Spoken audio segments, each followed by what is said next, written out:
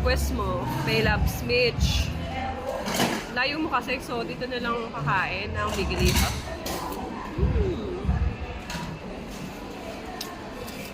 Legit nga.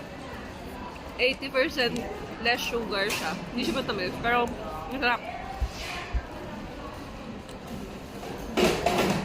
Tapos may real and real avocado. Tsaka yung ginagamit sa sa taho, nasagoy maliliit yun. So yummy.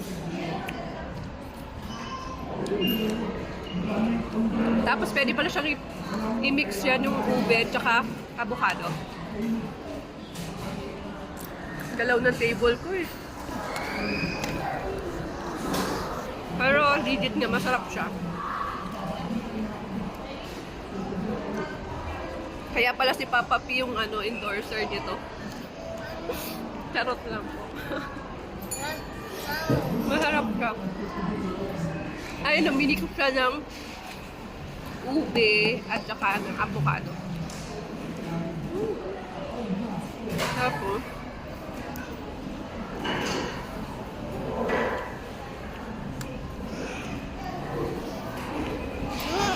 What did you say, Mom? yan, yummy.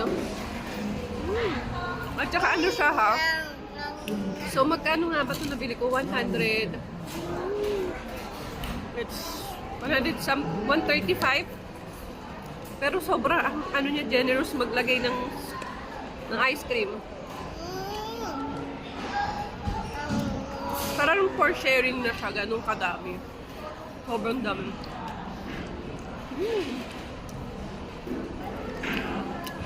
Punong-puno. Actually, tatanungin ko nung nung nagtitinda kung gusto mo avocado or ube lang. So, sabi niya pwede naman daw i-mix yung avocado tsaka ube. So yummy.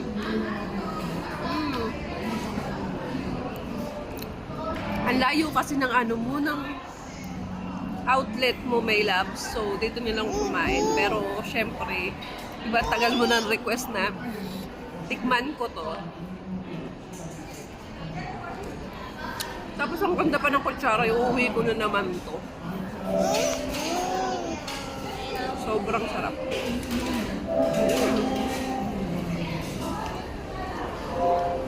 At saka mayroon siya, hindi siya tinipid sa avocado. Sobrang sarap.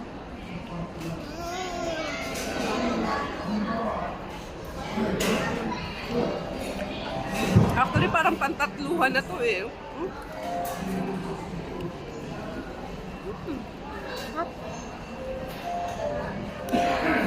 So, ubusin ko muna to. Tapos, balita ko kayo kung naubos ko.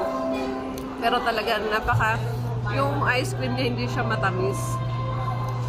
Parang nasa 10% lang ata asukal na ginamit dito.